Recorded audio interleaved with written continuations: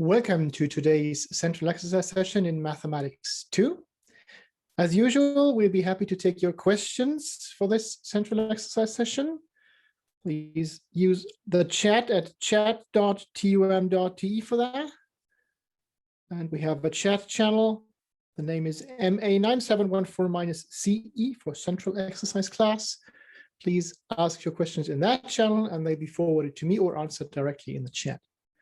Our moderator for the chat is once again Alind Carlson. Hi, Alind. Hey, I don't know. Same thing as last week, right? Yeah. Okay, let's start right away. So we'll be discussing sheet number 2 today.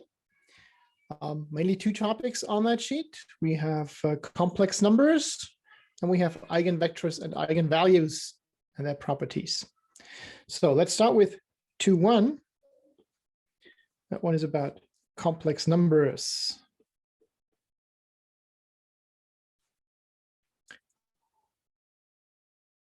So in that problem, I want you to determine the real and imaginary part of complex numbers that are written in a more complicated way than would be necessary. So basically the idea is to simplify the representation of those complex numbers so that you can actually see directly what the real and what the imaginary part is. Let's start with A. We have a complex number, C1, that is given as 2 minus 2i over 1 minus I.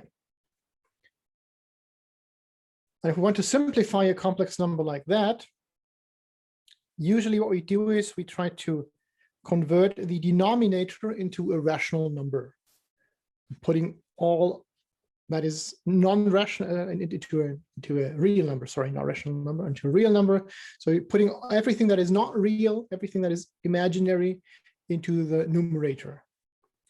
And what we do to achieve that is basically a trick that you are already acquainted with. We expand that fraction here suitably. And the expansion that we choose is we take this complex number here and multiply with the complex conjugate. And that means we leave the real part as it is and we change the sign of the imaginary part. So instead of 1 minus I, we use 1 plus I. And remember that is called the complex conjugate. And that is denoted by just a bar over the complex number. So that means change the sign of just the imaginary part. Okay, and of course we have to multiply with that same number in the numerator. Do not change anything about that number. So what is the effect of that? Let's first have a look at the denominator. If you look at that expression here, 1 minus I times 1 plus I, that is something that you should be familiar with. That's a binomial formula. And that means that's equal to 1 squared minus I squared. And that's the whole point here. That's why we did it, because what we have now is something that is real anyway. And here we have the imaginary unit squared. And remember, I squared is minus 1. So that's going to be real too, right? So everything that is purely imaginary has vanished from the denominator. And that's the idea of that. Okay, in the numerator, we just expand that expression here. So that is 2, let's see, plus 2i minus 2i and minus 2pi squared.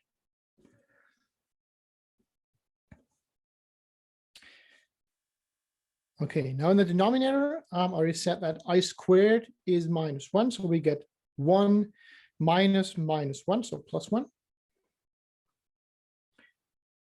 And in the numerator, where we have, let's see, we have 2i minus 2i, so that will vanish. Now we have 2 minus 2i squared. And again, I squared is minus 1.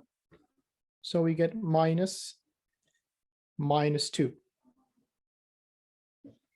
Or in other words, what we have here is 2 plus 2. So that's 4 divided by 2, or just 2.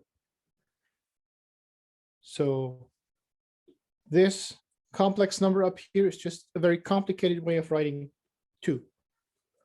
And of course, now it's easy to see the real and the imaginary part of that number. So the real part of C1 is 2. And the imaginary part, well, there is no imaginary part, so that's 0. Okay, so that's how you simplify a complex number to obtain the real and the imaginary part. Any immediate questions here? No, nothing so far. Wonderful. So let's proceed to B right away. That is pretty much the same thing. So here we have C2. So a little more general. What we have is 1 plus I over 1 minus I to the power of k for k in n.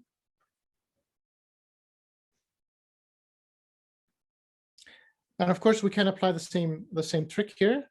So we can again expand that fraction by multiplying numerator and denominator by 1 plus I.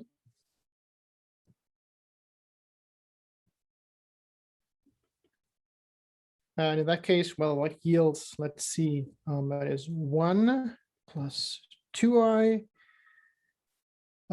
plus I squared over 1 minus I squared.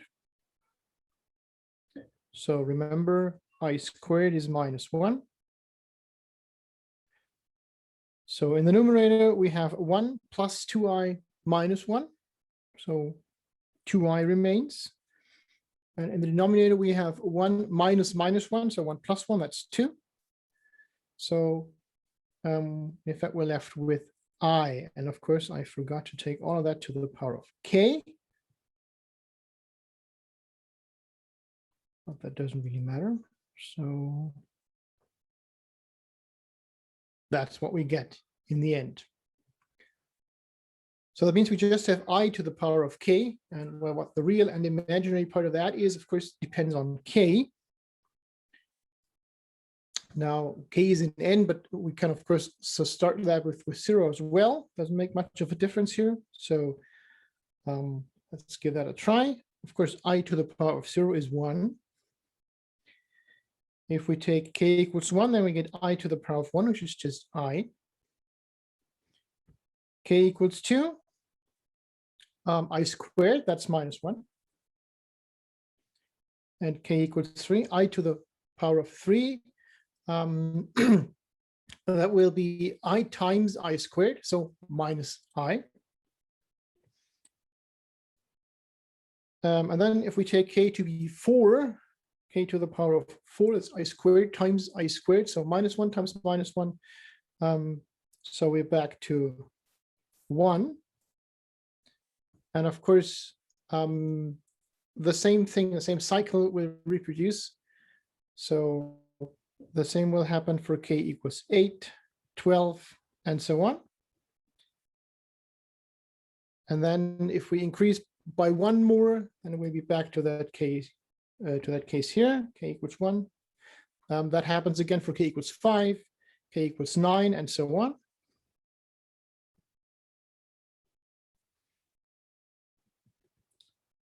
That case here, k equals 2. Again, we just increase all that by 1, and we're in that case again. So that happens for 10, 14, and so on. Oh, sorry, 6. I should start with 6, 10, 14, and so on. And the last case here, that of course also happens for 7, for 11, for 17, and so on. Where did I get 17? Sorry, 15. Okay, and the real and imaginary part is, of course, easy to see. So in that case, the real part is 1, and the imaginary part is 0. In that case here, the real part is minus 1, and the imaginary part is 0. And here we have the real part of 0 and an imaginary part of 1. And here, a real part of 0, an imaginary part of minus 1. So that's the final result that we get.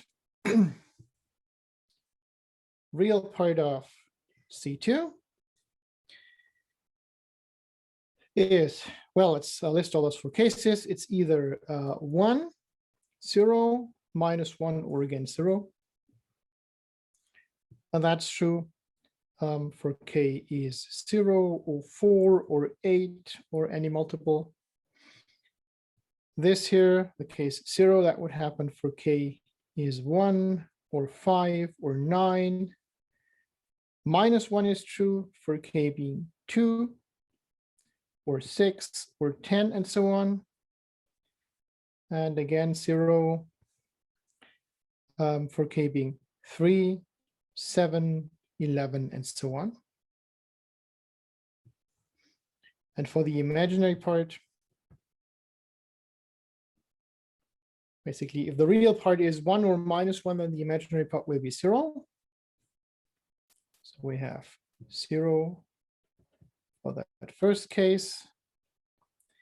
We have 0 for the third case here. For k equals 1, 5, 9, and so on, we have C2 equals I. So the imaginary part is 1, right? It's the multiplier of that I, so 1.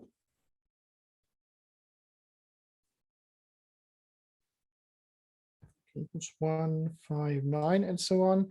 And finally, this last case here, we have -I, so the imaginary part will be -1. For k equals, let's see, 3, 7, 11, and so on.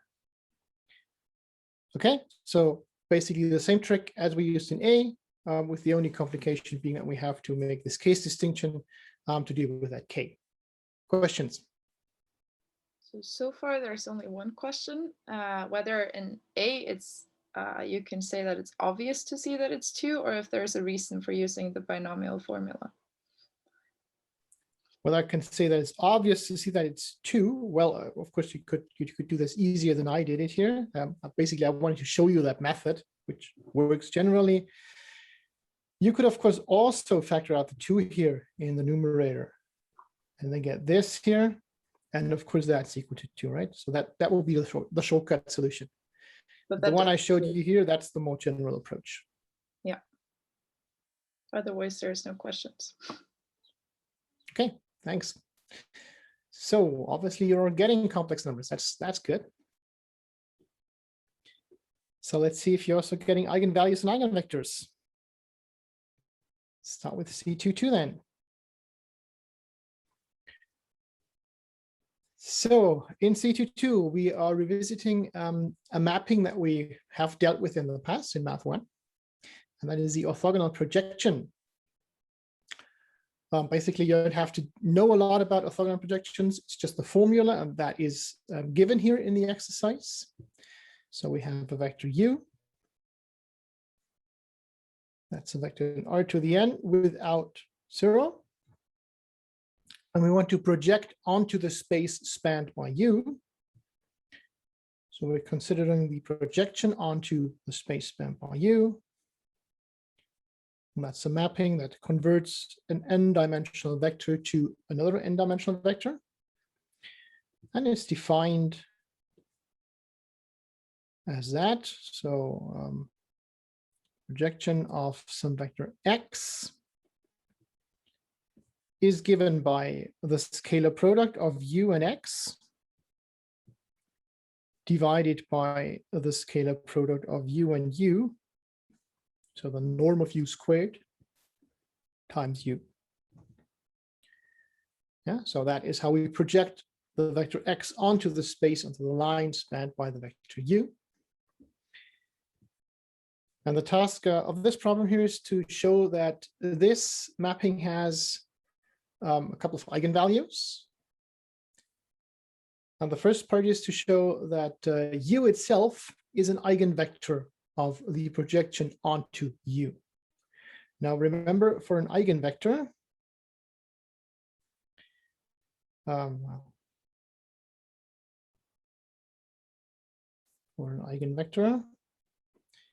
we also need an eigenvalue.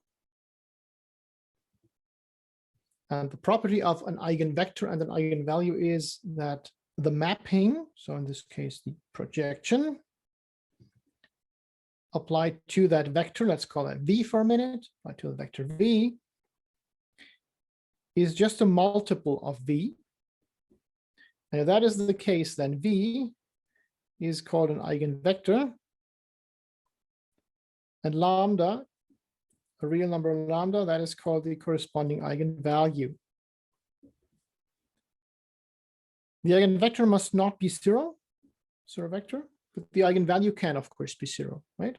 So any vector with that property for some lambda is called an eigenvector, and lambda is called the corresponding eigenvalue. And in part A, we have to show that U has this property. So if we replace V by U, then we need to find a suitable lambda that has this precise property. So let's try that. Let's project U onto U, and we just substitute that into the formula. We get the scalar product of U with itself divided by the scalar product of U and U times U. And as you can see, well, here we have the scalar product divided by itself, so that's just 1 times U. Right, so obviously U projected onto the space spanned by U is the vector itself, not a big surprise. But what that means in terms of eigenvalues and eigenvectors means, of course, well, U is mapped to a multiple of itself, namely to 1 times itself. So that means U is, in fact, an eigenvector. And 1 is the corresponding eigenvalue. Right? So we simply show that U fulfills the definition of an eigenvector if we use 1 as the corresponding lambda value. Okay, so U is an eigenvector of the projection onto U with eigenvalue 1.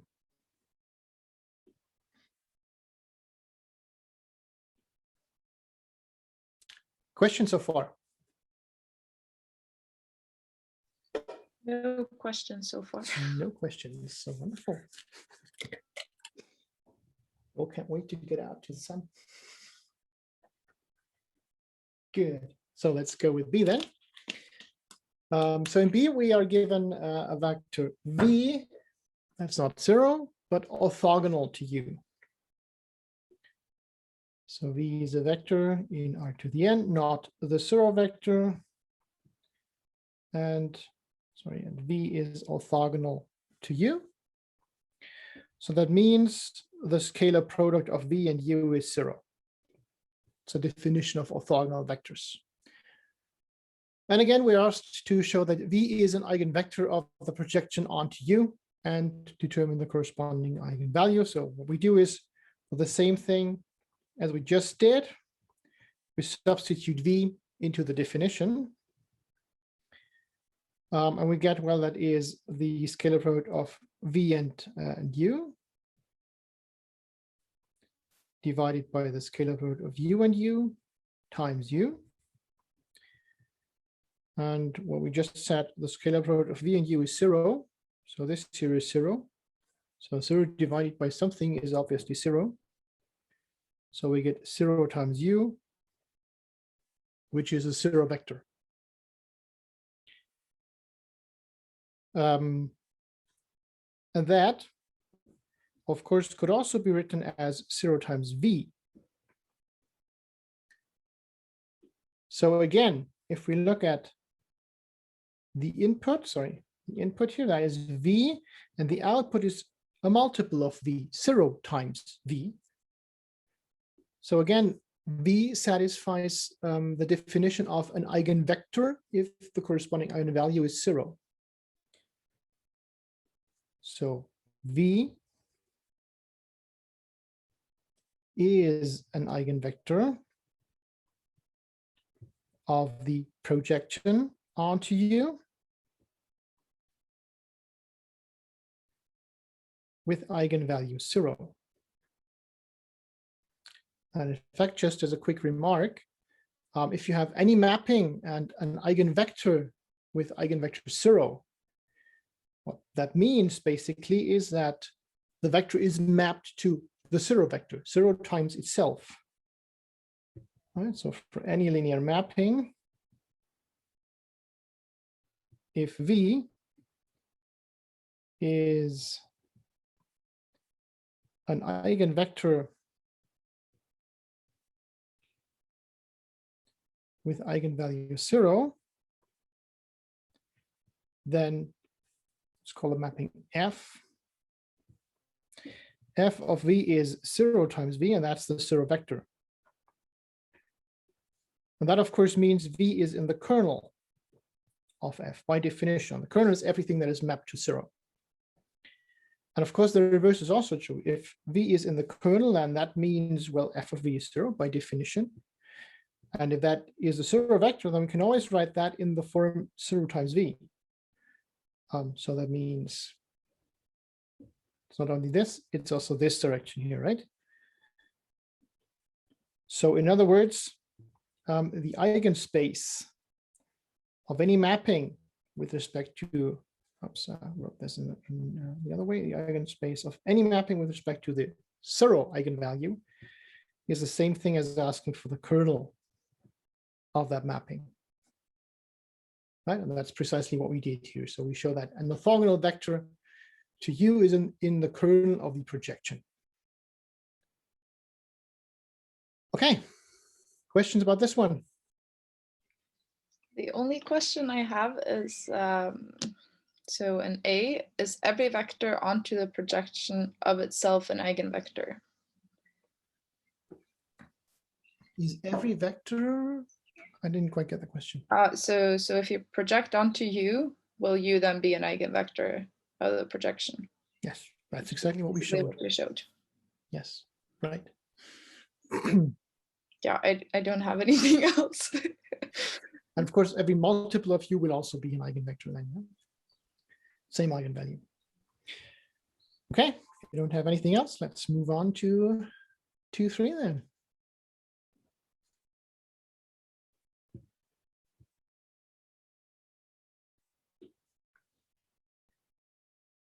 So in 2-3, we have two matrices A and B, and the task here is to determine all the eigenvalues of A and B, their algebraic and geometric multiplicities, and then to see whether A and or B can be diagonalized. So let's start with the matrices. Those are pretty simple, it makes the computations a lot easier. But of course, the principal ideas will hold for pretty much every matrix. So here's A, here's B,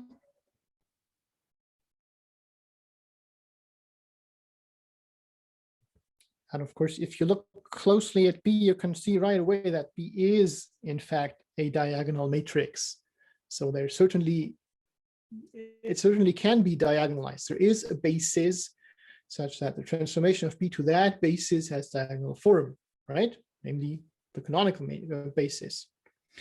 For A, that's not so clear. We have this 1 up here. So A itself is not in diagonal form, but maybe there is a basis where it becomes diagonal. We have to see about that. So first thing we're going to do to find the eigenvalues of A and B is to compute the characteristic polynomials.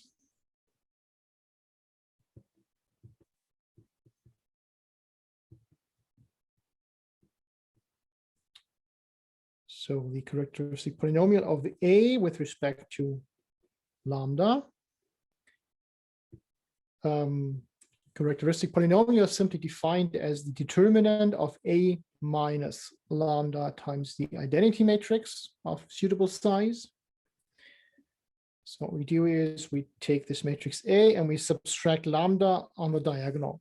So instead of 2, we have 2 minus lambda. Same thing here. And finally, 1 minus lambda down here. and we want to compute the determinant of that.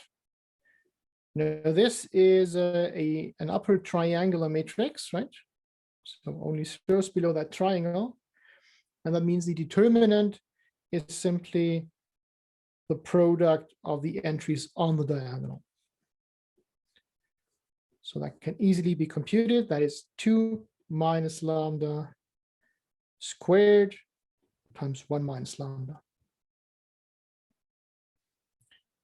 And the eigenvalues of A are exactly the roots of this characteristic polynomial. And obviously we can see the roots here. So the roots are lambda 1, that's 2, and lambda 2 is 1. And we can also see the algebraic multiplicities of the eigenvalues. And those are simply the multiplicities of the roots in the characteristic polynomial. So here we have 2 minus lambda to the power of 2. So the multiplicity of 2, the algebraic multiplicity of 2 is 2. And for lambda 2, let's just factor 1 minus lambda, that only appears once. So the algebraic multiplicity here is 1. Right, so eigenvalues 1 and 2 with algebraic multiplicities 1 and 2 respectively. Okay, so that was A. Let's take a look at B. Same procedure. So we compute the determinant of B minus lambda I3. And again, we just take B and we subtract lambda on the diagonal.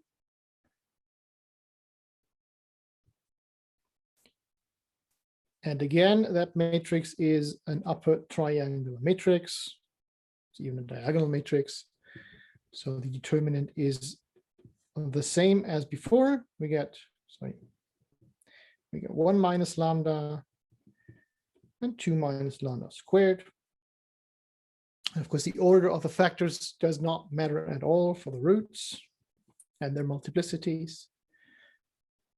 So that means we get eigenvalues. Let's also do lambda 1 equals 2. Again, with an algebraic multiplicity of 2. And lambda 1 equals 1, again with an algebraic multiplicity of 1. Okay, so we have the eigenvalues and we have their algebraic multiplicities. And now we need to compute the geometric multiplicities. Before we do that, let's see if we have any questions already. There is one question. So is there a rule for how you label lambda 1 and lambda 2? Like, how do you decide that lambda 1 is 2? It doesn't really matter. You label them however you like.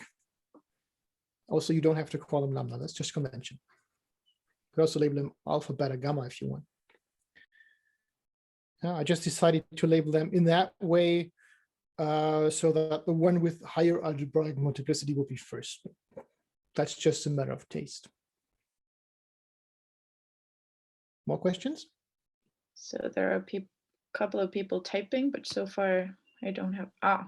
Can you shortly explain what the algebraic and geometric multiplicity are? I was waiting for this one.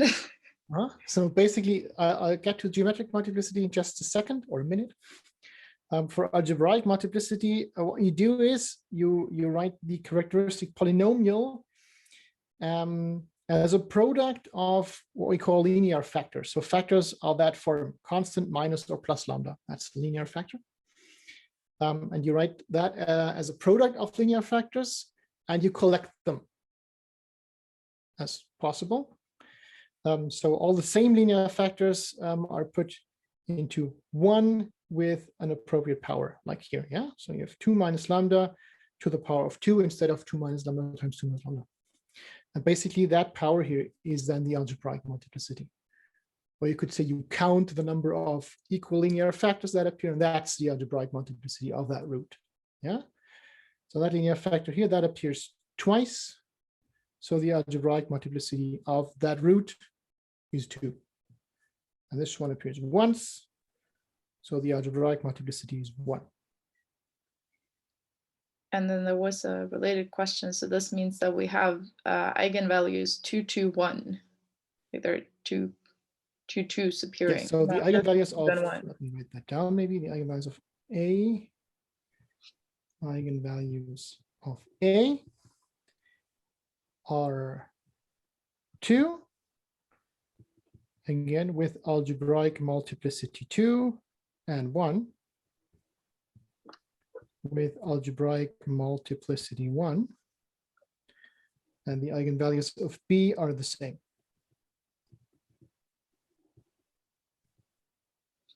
Yeah, also 2 with algebraic multiplicity 2 and 1 with algebraic multiplicity 1. Exactly. So questions? And the last question, so is the algebraic multiplicity always equal to the lambdas we get? I'm not 100%. So the lambdas, the roots that we get are the eigenvalues themselves. And the multiplicity is completely independent of that. More or less. Of course, it has to be at least 1, otherwise that would not be a root. But it can be as high as n, where n is the size of the matrix. Let me give you a quick example. Let's have a look at the matrix C. Let's say that looks like this here. So basically, I'm taking B and I'm turning one of the 2's into a 1. Then if I compute P C of lambda, the characteristic polynomial, what I get is the determinant of 1 minus lambda, 1 minus lambda, and 2 minus lambda. And as you can see, that is 1 minus lambda squared times 2 minus lambda. And now, again, I have eigenvalues 1 and 2. So I'll start with 2 again to be consistent. This time, this eigenvalue has algebraic multiplicity 1, right? Because I only have this linear factor 2 minus lambda once. And again, I have 1 as well. And that has algebraic multiplicity 2. Right? So here's 1 minus lambda, and that factor appears twice. That's why it has algebraic multiplicity 2. And of course, you could easily come up with an example where that only has eigenvalue 1 and algebraic multiplicity 3. What we do know is that the sum of these algebraic multiplicities is always equal to the size of the matrix. So we have a 3 by 3 matrix here. That means the algebraic multiplicities of all the eigenvalues needs to sum up to 3, right? 1 plus 2. And that is only true if you're working over the complex numbers. That's basically why we introduced those. Yeah, because every polynomial can be written as the product of linear factors over C, not necessarily over the reals. So over C, that will always be true. And you might end up with complex eigenvalues. So one last question, lagging a little bit from the first exercise. So when you write the imaginary part of a number, will that always be just a real number? I mean, if yes. Yeah. So the imaginary part is always the factor before the I, not the I itself. So that's always a real number. Both real part and imaginary part are always real numbers. Okay, that was okay. it. Yeah. Good. So let's go on with geometric multiplicities then. Remember, quick recap. We have found that A has eigenvalues 2 and 1.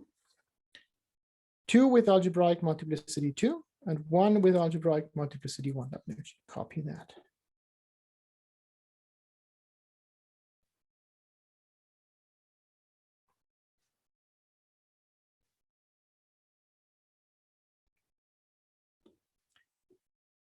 Now, if we have an eigenvalue, of course, there always needs to be an eigenvector associated with that. So we will get an eigenspace that is not empty. And that eigenspace can have different dimensions. Now, what the algebraic multiplicity tells us is if we have an eigenvalue, then we get at least one eigenvector. So the dimension of an eigenspace is always at least one. It can never be zero, because a zero vector is not an eigenvector. And the second thing is the algebraic multiplicity is an upper bound to that dimension. So in general, what we have is for an eigenvalue lambda, the eigenspace of lambda, that is written as eigenspace. I'll take the matrix A here, like that, is at least one. And at most, the algebraic multiplicity of lambda for an eigenvalue lambda of a matrix A. So what that means is, if we're looking at this eigenvalue here, 1, that has algebraic multiplicity 1. So the dimension of the eigenspace is at least 1 and at most 1. So it has to be exactly 1. Right? So that means the dimension of the eigenspace of 1 for the matrix A is exactly 1. We know that without doing any computations. For the eigenvalue 2 here, it is at least 1, of course. But it could be as high as 2. So there's still 2 possibilities. It could be 1-dimensional or it could be 2-dimensional. Now these dimensions, in contrast to the algebraic multiplicities, these dimensions do not have to sum up to the size of the matrix. They might be lower than that. They could sum up to the size of the matrix if they always equal the algebraic multiplicity.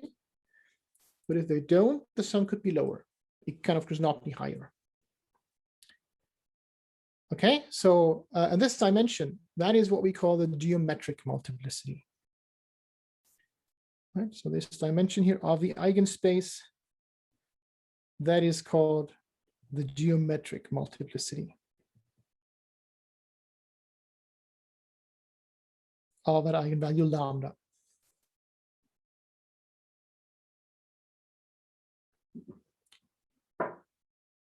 So we already know that the geometric multiplicity of the eigenvalue 1 is 1. There's just no choice here. For the eigenvalue 2, we have to try and compute it to see what the outcome is. So let's look at that.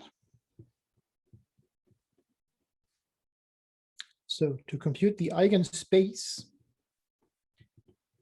of an eigenvalue, what we do is we compute the set of solutions of AV equals V,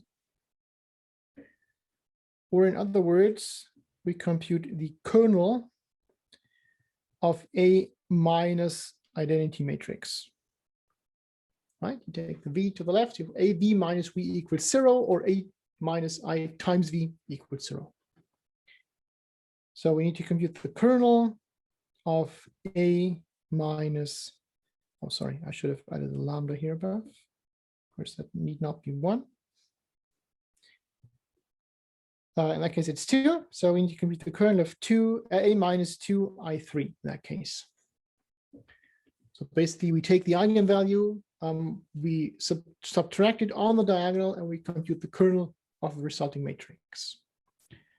And once again, that must at least be 1-dimensional.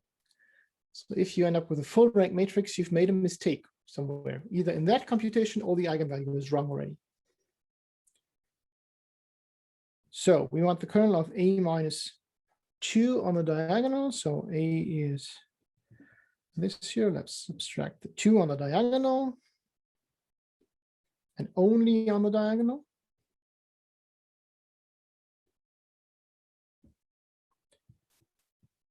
So that is the kernel of 0, 0, 0, 1, 0, 0, and 0, 0, minus 1.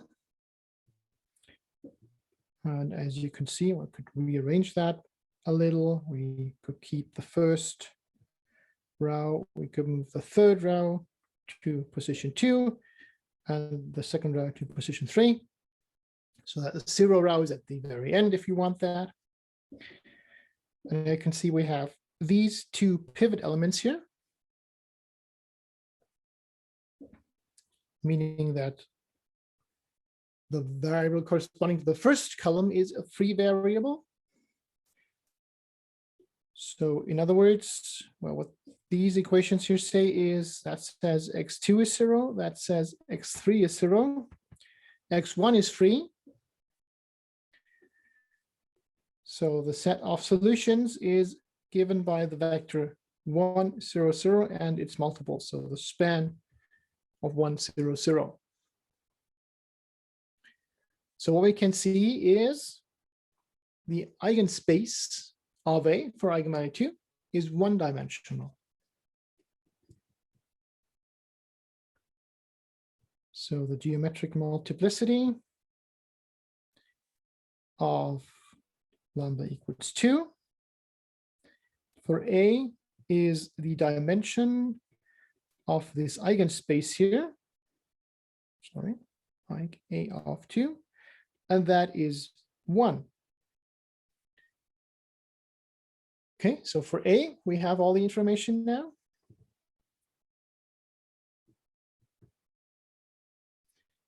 We have an eigenvalue of 2 with algebraic multiplicity 2 and geometric multiplicity 1. And we have an eigenvalue of 1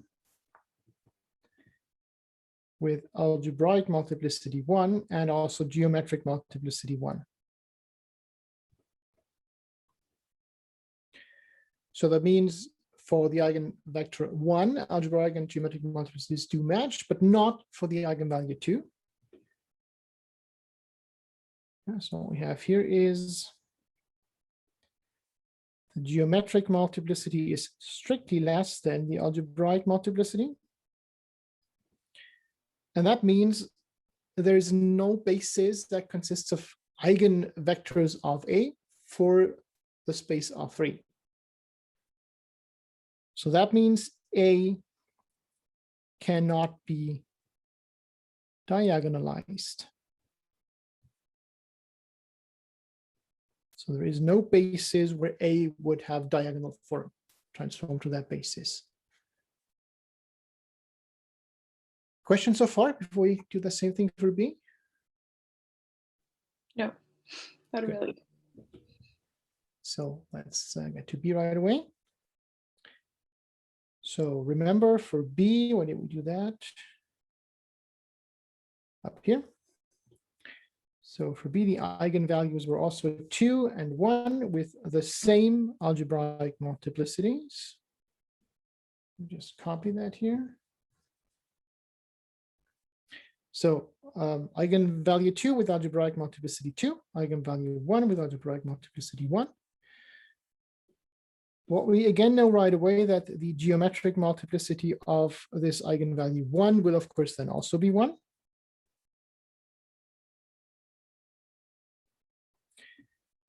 And here we know that the geometric multiplicity is, well, either 1, it has to be at least 1, or 2. At most the algebraic multiplicity.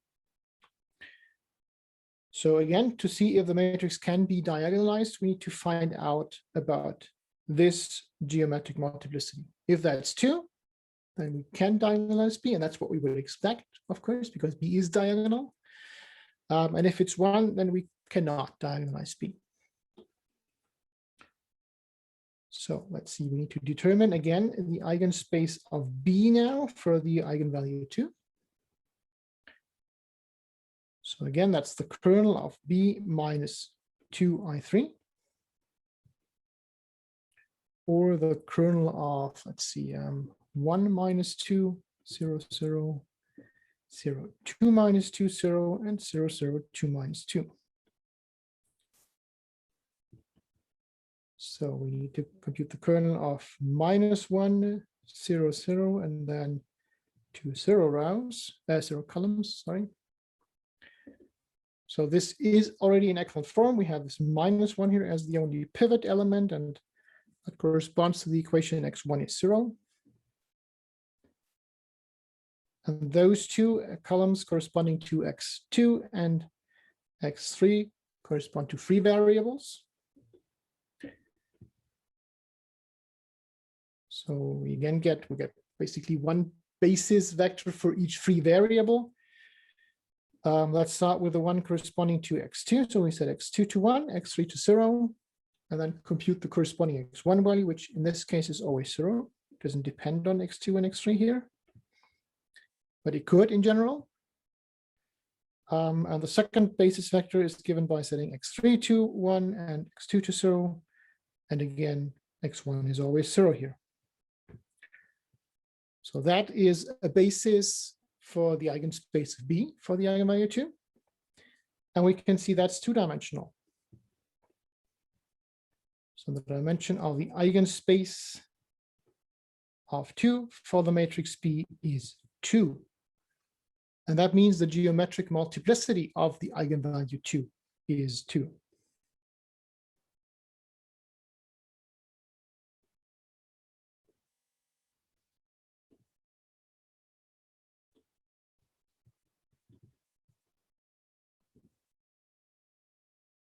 Okay, so in other words, summarizing that for B, we have again an eigenvalue 2 with algebraic multiplicity, 2, and now also geometric multiplicity 2. And we have an eigenvalue of 1 with algebraic multiplicity 1, and then also geometric multiplicity 1. What we can see now is that the algebraic and the geometric multiplicities match in both cases for all eigenvalues. So that means B can be diagonalized.